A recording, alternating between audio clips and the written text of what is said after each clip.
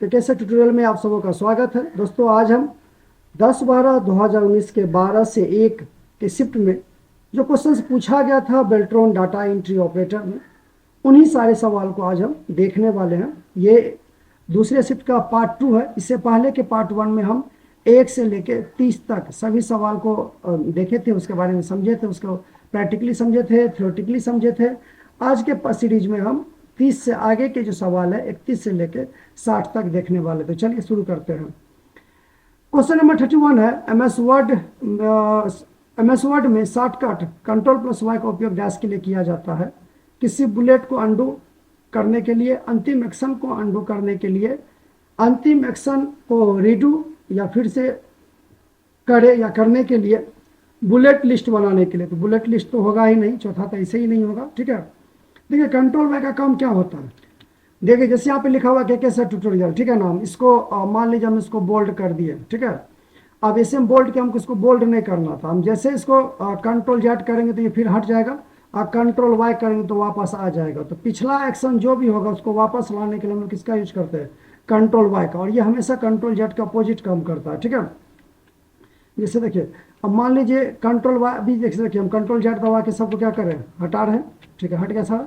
और Ctrl+Y दबाएंगे तो जैसे जैसे हटा है वैसे वैसे क्या हो जाएगा, आ भी जाएगा। तो ये अंतिम एक्शंस को वापस लाने के लिए हम लोग इसका यूज करते हैं Ctrl+Y का, जिसको रेडो भी कहते हैं। ये रेडो का शॉर्ट की होता है। Ctrl+Z होता है अंडो का शॉर्ट की, और Ctrl+Y होता है रेडो का शॉर्ट की। क्वेश्चन नंबर 32 है एमएस वर्ड में Ctrl+E का उपयोग डैश के लिए किया जाता है। टेक्स्ट लाइन या पैराग्राफ को दाएं ओर ले जाने के लिए, टेक्स्ट लाइन या पैराग्राफ मिटाने के लिए, टेक्स्ट लाइन या पैराग्राफ को बीच में अलाइन करने के लिए, या टेक्स्ट लाइन या पैराग्राफ को अंत में ले जाने के लिए। तो देखिए Ctrl+E का काम क्या होता है। देखिए 4 प्रकार का अलाइनमेंट होता है। लेफ्ट, 4 प्रकार का क्या होता है, अलाइनमेंट होता है। कौन कौन सा, एक होता है लेफ्ट, एक होता है सेंटर, एक होता है राइट, एक होता है जस्टिफाई। समझ गए। लेफ्ट में आपका जो टेक्स्ट की दिशाएं होगी वो बाएं से दाएं के तरफ होगी, ठीक है। सेंटर में जो टेक्स्ट की दिशाएं होगी वो दोनों तरफ बराबर होगी, बाएं भी बराबर होगी, बाएं भी बराबर और दाएं भी बराबर। राइट अलाइनमेंट में टेक्स्ट की दिशा क्या होगी, तो राइट साइड से, राइट से लेफ्ट की तरफ बढ़ेगी। जैसे देखिए लेफ्ट में, लेफ्ट से राइट की तरफ, सेंटर में राइट की तरफ भी बढ़ेगी और लेफ्ट की तरफ भी बढ़ेगी। जबकि राइट अलाइनमेंट में टेक्स्ट की दिशा राइट से लेफ्ट की तरफ भी बढ़। जस्टिफाई में क्या होगा, लेफ्ट साइड भी बराबर कर देगा और राइट साइड भी बराबर कर देगा। ये लेफ्ट और राइट का कॉम्बिनेशन होता है कौन सा, जस्टिफाई। शॉर्ट की क्या होगा, एल के हिसाब से एल है तो इसका होगा Ctrl+L। लेफ्ट के लिए क्या होता है, Ctrl+L।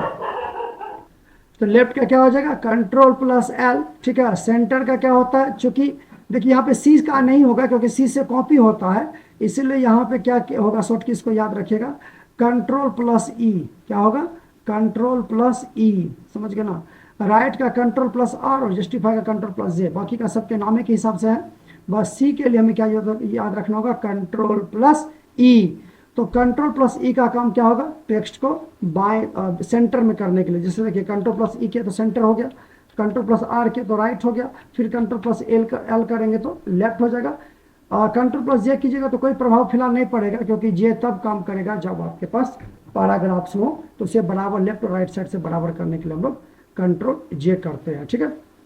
जैसे देखिए हमारे पास एक पैराग्राफ है जिसकी अलाइनमेंट बाय डिफॉल्ट क्या होती है, बाय डिफॉल्ट जो हमारी अलाइनमेंट होती है एमएस वर्ड के अंदर वो लेफ्ट अलाइनमेंट होती है, ठीक है। इसको हम Ctrl+E करेंगे। अगर हम इसको क्या कर देते हैं, मान लीजिए इसको हम Ctrl+A करके Ctrl+E करते हैं तो ये होगा सेंटर अलाइनमेंट। देखिए कुछ भाग इसका बीच में आ गया।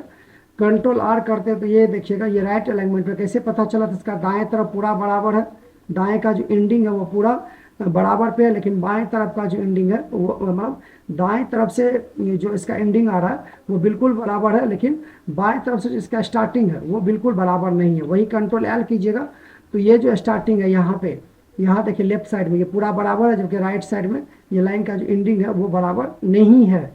लेकिन जैसे Ctrl+J करेंगे तो आप देखिएगा कि लेफ्ट साइड भी बराबर हो गया है और राइट साइड भी बराबर हो गया है। तो यही अलाइनमेंट होता है। तो अभी सेंटर के बारे में पूछा, हो सकता है कि आपको लेफ्ट, राइट और जस्टिफाई के बारे में इस बार पूछ दे, ठीक है। क्वेश्चन नंबर 33 है, मान लें कि एक्सेल सीट में आपके पास एक टेबल है और ई कॉलम में आपके पास पूर्णांक मान E2 से शुरू है। यदि नया कंडीशन फॉर्मेट रूल में $E2 ग्रेटर देन 10 लागू किया जाए तो क्या होगा। मतलब ये कह रहा है कि कोई वैल्यू E2 के अंदर लगा हुआ है, कुछ भी हो सकता है वो वैल्यू, उसमें हम एक न्यू रूल में गए फॉर्मेट कंडीशंस के अंदर और एक लगा दिए कि डॉलर से पहले ई को लॉक किए और E2 ग्रेटर देन 10, अगर E2 की वैल्यू 10 से ज़्यादा हो तो क्या होगा। देखिए कह रहा है कि अगर 10 से अधिक मान वाले सभी सेल हाईलाइट होंगे। ई कॉलम में डेटा मान 10 से अधिक होने पर टेबल की रोज हाईलाइट हो जाएंगे। ई कॉलम डेटा में 10 से अधिक होने पर टेबल की रो छिप जाएंगे या 10 से अधिक मान वाले कॉलम हाईलाइट हो जाएंगे। तो देखिए इसका सही आंसर 2 ही नंबर होगा, क्योंकि सभी हाईलाइट होंगे इसलिए नहीं होंगे क्योंकि यहाँ पे सिर्फ कंडीशन लगा हुआ कि E2 में रेंज नहीं है कि E2 से लेकर यहाँ तक। तो ये अगर रहता है कि हम जहाँ तक मेरा वैल्यू है उसमें अगर हम ये फार्मूला लगा रहे हैं तब हम कह सकते हैं कि सभी सेल जो 10 से अधिक वाला होगा वो हाईलाइट हो जाता। लेकिन चूंकि यहाँ पे मेंशन है कि सिर्फ E2, इसका मतलब हो गया कि ई कॉलम में जो डेटा अगर 10 से अधिक होगा तो वो सेल क्या हो जाएगा आपका, या वो रो क्या हो जाएगा आपका, हाईलाइट हो जाएगा। ठीक है, देखिए हम E2 में मान लीजिए अभी हम 10 दे दिए हैं, यहाँ से कंडीशनल फॉर्मेटिंग में गए, न्यू रूल में गए। ठीक है, यहाँ से हम फिर यूज फार्मूला में जाते हैं, यहाँ इस पर क्लिक करते हैं और ये जो डॉलर का सिंबल है क्वेश्चन के हिसाब से इसको हटा के यहाँ पे ग्रेटर देन 10 देते हैं और कोई हम एक कलर लगा लेते हैं ताकि हाईलाइट हमें दिखे यहाँ पे। हम यहाँ से फील्ड में जाते हैं और हम एक कलर यहाँ से चूज कर लेते हैं। ठीक है, एक कलर हम यहाँ से क्या कर ले, चूज कर लिए और यहाँ से ओके कर देते हैं। देखिए अभी कोई रिस्पॉन्स नहीं मिलेगा, जैसा है वैसा ही होगा, लेकिन जैसे 11 देंगे तो देखिए ये कलर हो गया, तो वन हाईलाइट। इसका मतलब ये हो गया कि चूंकि आप इसके नीचे हम कहीं भी वैल्यू लिख रहे हैं तो उस पर कोई प्रभाव नहीं पड़ रहा। क्यों नहीं पड़ रहा, इसलिए क्योंकि ये फार्मूला सिर्फ E2 में लगा हुआ, इस वजह से, समझ गए ना। अगर ये फार्मूला बाकी पे लगा रहता तो शायद वहाँ पे इसका प्रभाव पड़ता। ठीक है ना, लेकिन ये फार्मूला सिर्फ किस में लगा हुआ है, E2 में लगा हुआ है, इस वजह से हमें जो हाईलाइट सेल मिलेगा वो सिर्फ क्या मिलेगा, E2 वाले जो रो होंगे वो हमको हाईलाइट मिलेंगे। ठीक है, चलिए फोर क्या है, MS वर्ड 2016 में बुलेट लिस्ट डैश के नीचे आती है। Document paragraph, home paragraph, layout paragraph या टेबल पैराग्राफ। तो देखिएगा MS वर्ड में जो बुलेट है ये यहाँ रहा बुलेट लिस्ट, समझ गए ना, और ये कहाँ होम के पैराग्राफ में, होम टैब किस ग्रुप में है तो पैराग्राफ ग्रुप में, तो 2 नंबर इसका क्या होगा, सही जवाब होगा। क्वेश्चन नंबर 35 है, MS वर्ड में कुंजी संयोजन Alt Shift E का उपयोग डैश के लिए किया जाता है। मेल मर्ज डेटा सोर्स के संपादन एडिट के लिए, किसी मेल मर्ज लिस्ट को डिलीट करने, प्रिंट किए जाने वाले डॉक्यूमेंट को एडिट करने या फॉन्ट डायलॉग बॉक्स खोलने के लिए। तो Alt Shift E।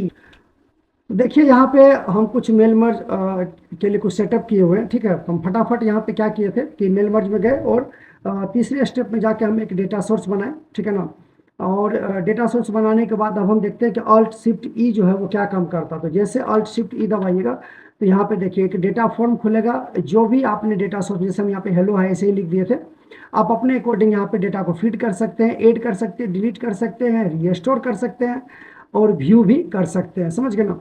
इस प्रकार से आप इसमें जो भी आप डेटा सोर्स बनाएंगे उसमें आप यहाँ पे क्या कर सकते हैं, उसको एडिट कर सकते हैं, उसको कस्टमाइज कर सकते हैं। ठीक है, आया समझ में। तो ये एक काम होता है किसका, Alt Shift और E का। क्वेश्चन नंबर 36 है, MS एक्सेल वर्जन में वर्कबुक प्रोटेक्शन विकल्प के तहत प्रोटेक्टिंग विंडो का अर्थ क्या है जिसमें यह मौजूद है। विंडो को ड्रैग नहीं किया जा सकता, विंडो छिपी होगी, वर्कबुक खोलने पर विंडो समान आकार और समान स्थिति में होती है, विंडो छिपी नहीं होती है। MS एक्सेल वर्जन में वर्कबुक प्रोटेक्शन विकल्प के तहत प्रोटेक्टेड विंडो का अर्थ क्या होता है।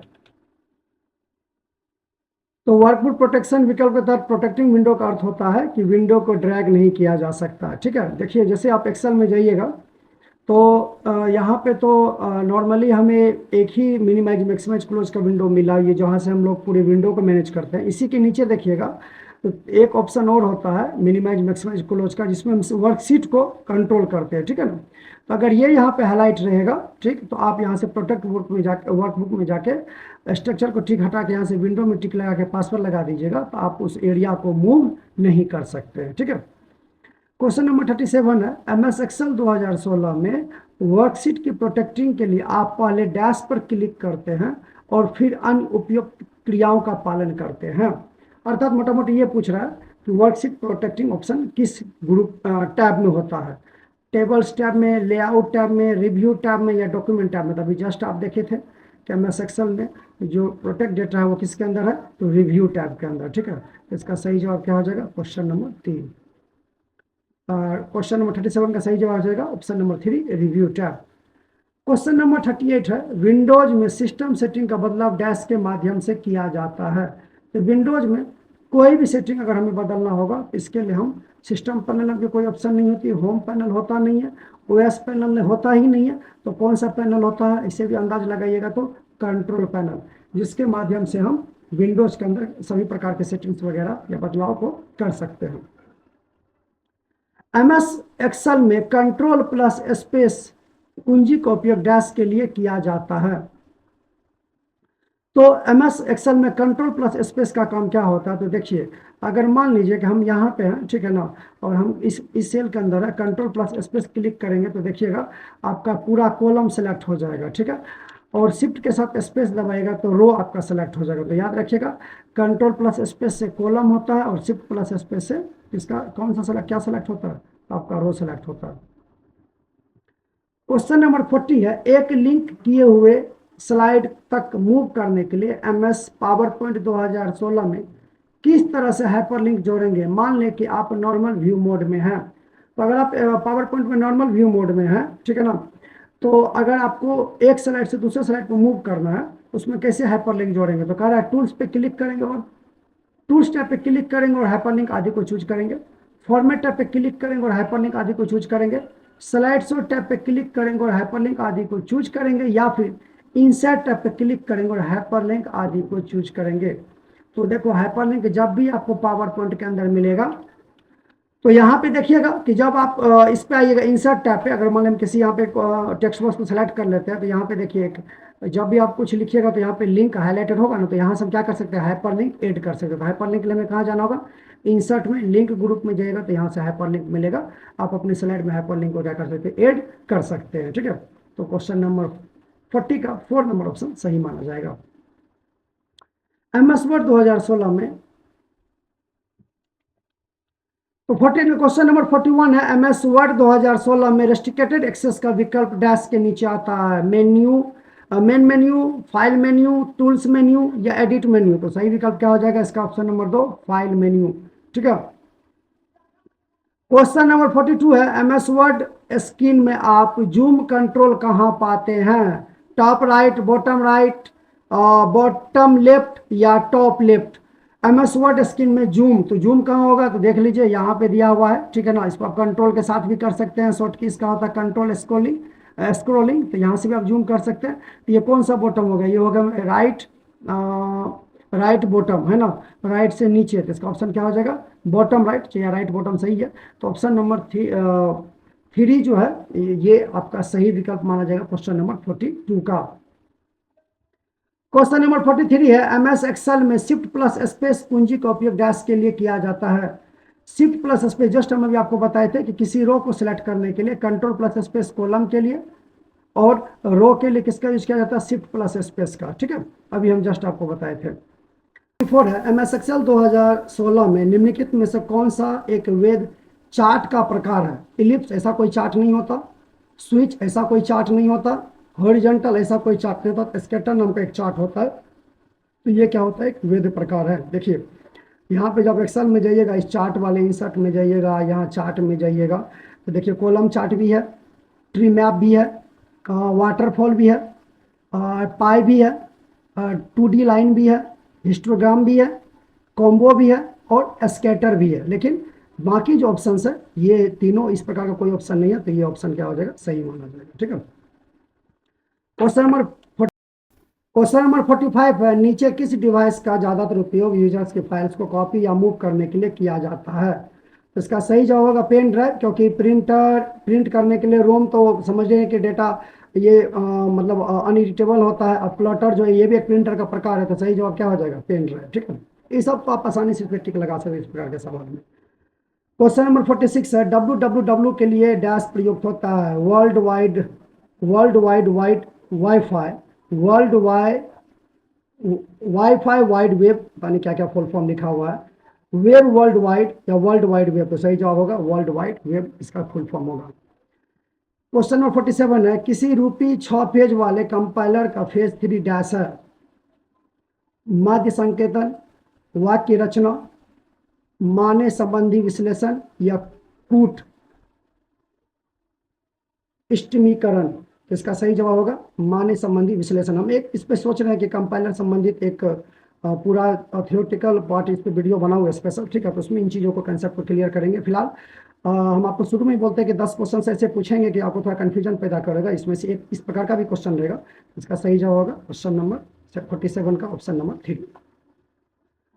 ऑप्शन क्वेश्चन नंबर 48 है, एमएस वर्ड में अल्ट प्लस शिफ्ट प्लस के कुंजी का उपयोग डैश के लिए किया जाता है। केवल लेबल्स को प्रिंट करने, किसी मेल मर्ज के प्रीव्यू के लिए, डेटा सोर्स को प्रिंट करने या मेल मर्ज डॉक्यूमेंट को डिलीट करने के लिए। अल्ट शिफ्ट के। तो मेल मर्ज में अगर हम कंट्रोल अल्ट शिफ्ट प्लस के दबाएं, अल्ट शिफ्ट प्लस के, तो यहाँ पे कह रहा है, देखिए एक विंडो खुला होगा कि मतलब आप किस प्रकार से अपने मेल मर्ज को प्रीव्यू करना चाहते हैं। तो हम यहाँ पे बीच वाले ऑप्शन पे क्लिक करके जैसे ओके करते हैं तो देखिएगा यहाँ पे चूंकि कोई फॉर्मेट नहीं बना हुआ था, सिंपल मैंने एक पैराग्राफ के अंदर मेल मर्ज लगाया, पिछला प्रोजेक्ट पता नहीं चल रहा होगा। लेकिन आप यहाँ पे देखिएगा तो मेरे पास तो 2 विंडो ओपन है। यहाँ देखिए, तो एक तो मेरा ये डॉक्यूमेंट 1 करके, एक है लेटर 2 करके, ठीक ना। तो ये मेरा मेल मर्ज प्रीव्यू है जो आया किसके थ्रू, तो कंट्रोल अल्ट शिफ्ट प्लस के थ्रू। तो इसका 2 नंबर ऑप्शन जो है वो सही माना जाएगा। क्वेश्चन नंबर 49 है, फाइल एडिट व्यू जैसे विकल्प डैश पर किसी विंडो में उपलब्ध होते हैं। ये सारी जो है वो मेन्यू बार पे उपलब्ध होते हैं, ठीक है। File edit view, file edit view देखिएगा, अगर आप यहाँ पे इसके लिए आपको करना क्या होगा, इसको चेक करने के लिए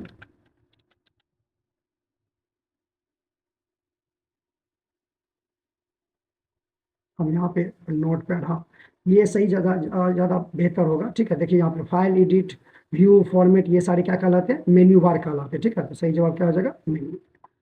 क्वेश्चन नंबर 50 है, मेल मर्ज में कौन से 2 डॉक्यूमेंट आवश्यक होते हैं। एड्रेस और टेम्पलेट, शेयर डॉक्यूमेंट और फिक्स डॉक्यूमेंट, फॉर्म डॉक्यूमेंट और टू डॉक्यूमेंट, या मेल डॉक्यूमेंट और डेटा सोर्स। तो मेन डॉक्यूमेंट और डेटा सोर्स जो है ये हमारे पास होना ही चाहिए। तो मेल मर्ज में ये 2 डॉक्यूमेंट अति आवश्यक है। एमएस वर्ड में वर्तनी और व्याकरण जांच करने के लिए डैश को दबाया जाता है। वही जानते ही हैं, एमएस वर्ड में ग्रामर चेक करने के लिए हमारे पास कौन सा की होता है, F7, ठीक है। क्वेश्चन नंबर 52 है, एमएस एक्सेल 2016 में स्मार्ट आर्ट टैब में पिरामिड और मैट्रिक्स वाले 2 विकल्प उपलब्ध हैं।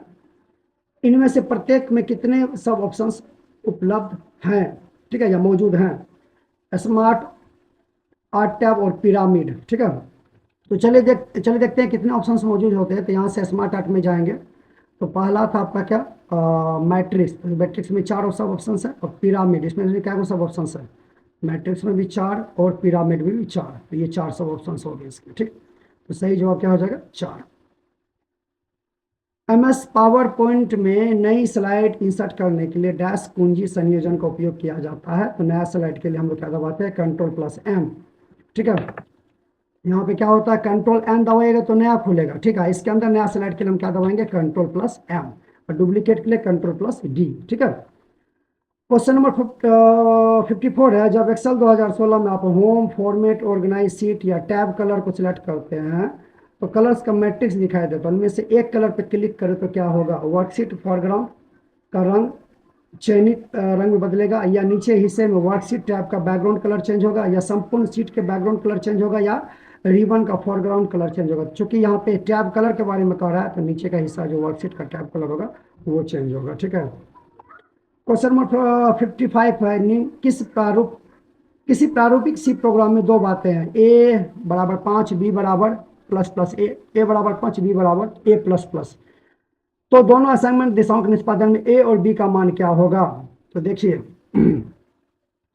तो a और b का मान क्या है, 2 तरीके की बातें कर रहा है। तो देखिए यहाँ पे क्या है ना कि ये जो होता है इसको पोस्ट इंक्रीमेंट और प्री इंक्रीमेंट। ये हो गया आपका प्री इंक्रीमेंट और ये हो गया पोस्ट इंक्रीमेंट, समझिए। तो प्री मतलब होता है कि पहले मान बढ़ाएगा। तो यहाँ पे देखिए पहला टर्म में क्या हो रहा है, क्या कह रहा है, ए और बी का मान। तो ए और बी का मान, देखिए बी का मान भी तो 5, यहाँ पे ए में बी में क्या कर रहे हैं, ए का मान कॉपी कर रहे थे, ए बराबर क्या है 5, लेकिन प्लस प्लस कर रहे हैं, ठीक है ना। तो यहाँ पे क्या होगा, पहले जो ए का मान होगा वो बढ़ेगा तब बी में आएगा। तो ए का मान बढ़ेगा तो पहले 6 आएगा, ठीक है। उसके बाद ए का भी मान बढ़ेगा तो ये 6 आएगा। तो पहला तो ये आएगा 6 6, ये तो नहीं होगा, बाकी 3 ऑप्शन में 6 6 है, तो ये 6 6 आ गया मेरे पास। दूसरा टर्म में कह रहा है कि देखिए ए बराबर बी, ए बराबर क्या दिया हुआ, मतलब बी में किसका वैल्यू पेस्ट हो रहा है, ए का, और ए बराबर क्या दिया हुआ, 5 दिया हुआ। तो ए का वैल्यू क्या होगा, तो देखिए ए का जो वैल्यू होगा वो चूंकि बढ़ रहा है, यहाँ पे कॉपी करने के बाद ए का वैल्यू बढ़ाएगा तो 6 आएगा। लेकिन चूंकि बी में क्या हो रहा है, ए पहले कॉपी हो रहा है, ए का सबसे पहला वैल्यू क्या था, 5, तो ये 5 आएगा, तो इसका मतलब 6 6 5%। क्वेश्चन नंबर 56 है, अल्ट प्लस शिफ्ट एन कुंजी संयोजन का उपयोग डैश के लिए किया जाता है एमएस वर्ड के अंदर। तो डॉक्यूमेंट में मेल मर्ज परिणाम को इकट्ठा करने के लिए, तो जैसे मेल मर्ज में अल्ट शिफ्ट एन दबाएंगे तो यहाँ पे देखिए रिकॉर्ड आएगा ना, ऑल देखना है कि करंट रिकॉर्ड देखना है या कहाँ से कहाँ तक देखना है। तो ये रिकॉर्ड को इकट्ठा करने के लिए हम लोग क्या दबाते हैं, अल्ट शिफ्ट प्लस एन, इसके अंदर एमएस वर्ड के अंदर, ठीक है। क्वेश्चन नंबर 57 है, इस एड्रेस के एड्रेस क्लास का पता लगाएं। तो इसका एड्रेस क्लास क्या होगा, क्लास डी। कैसे होगा वो देखिए, ये कहाँ से स्टार्ट है, 231 से, और यहाँ देखिए 126 तक ए होगा, 191 तक बी, 223 तक सी, और 224 से 239 तक क्लास डी, और यहाँ पे 231 दिया हुआ है स्टार्टिंग में। बाकी क्या उससे हमको कोई लेना देना नहीं, स्टार्टिंग में क्या है 231, इसका मतलब ये किस में जाएगा, क्लास डी में। क्वेश्चन नंबर 58 है, आप कंप्रेस किए जाने वाले फाइल या फोल्डर को चयन के बाद कंप्रेस करने के लिए नीचे किस चरण का अनुवाद करते हैं, राइट क्लिक, सेंड टू, या कंप्रेस जिप फोल्डर। तो हम लोग जब भी जाएंगे तो देखिए यहाँ पे जिप फोल्डर किसी में चर्चा नहीं है, तो बाकी में तो होगा ही नहीं। जब भी हम कंप्रेस करते हैं इसके लिए हमें क्या चाहिए, जिप फोल्डर चाहिए, समझ गए ना। क्वेश्चन नंबर 59 है, एमएस एक्सेल में मोड फंक्शन का प्रतिफल क्या होता है। एक्सेल के दो ऑपरेंड को मॉडरेट मूल्य, फंक्शन के दो ऑपरेंड का मोड वैल्यू, फंक्शन के दो ऑपरेंड का औसत वैल्यू, या फंक्शन की दो संख्याओं के विभाजन के बाद का शेष। तो चलिए देख लेते हैं। तो यहाँ देखिए हम दिए इजकल टू MOD, यहाँ पर हम कहीं लिख देते हैं इसी में, इजकल टू MOD मोड, यहाँ पे नंबर मान लीजिए हम दिए 45, ठीक है, और कॉमा दे देते हैं 9, इंटर दबाते हैं तो रिमाइंडर 0 बचा। इसी में एक और कर लेते हैं, इजकल टू MOD मोड, ठीक है, यहाँ पे देते हैं 5,2, तो रिमाइंडर 1 होना चाहिए, देख लीजिए। तो ये रिमाइंडर लाने का काम करता, सही जवाब होगा 4। क्वेश्चन नंबर 60 है, एमएस वर्ड 2016 के एक टेबल में नियत कॉलम की अधिकतम संख्या कितनी होती है। एमएस वर्ड में एक कॉलम में आप कितना इंसर्ट कर सकते हैं, तो 63। ये देखिए मान लीजिए कि हम एमएस वर्ड में जाते हैं, ठीक है ना, और इंसर्ट में जाते हैं, और यहाँ से टेबल में जाते हैं, इंसर्ट टेबल में जाते हैं, और क्या पूछा गया था, पूछा गया है कॉलम की संख्या। तो कॉलम की संख्या हम यहाँ पे 65 करते हैं, तो अपने बता देगा कि आप 1 से लेकर 63 तक दे सकते हैं, ठीक है। तो मैक्सिमम कॉलम कितना होगा, 63, सही आंसर होगा। अगर अच्छा लग रहा है तो लाइक कमेंट जरूर कीजिएगा, शेयर भी कीजिएगा, और जल्द ही इसके हम बाकी शिफ्ट पे भी वीडियो बनाने वाले हैं। तब तक के लिए थैंक यू।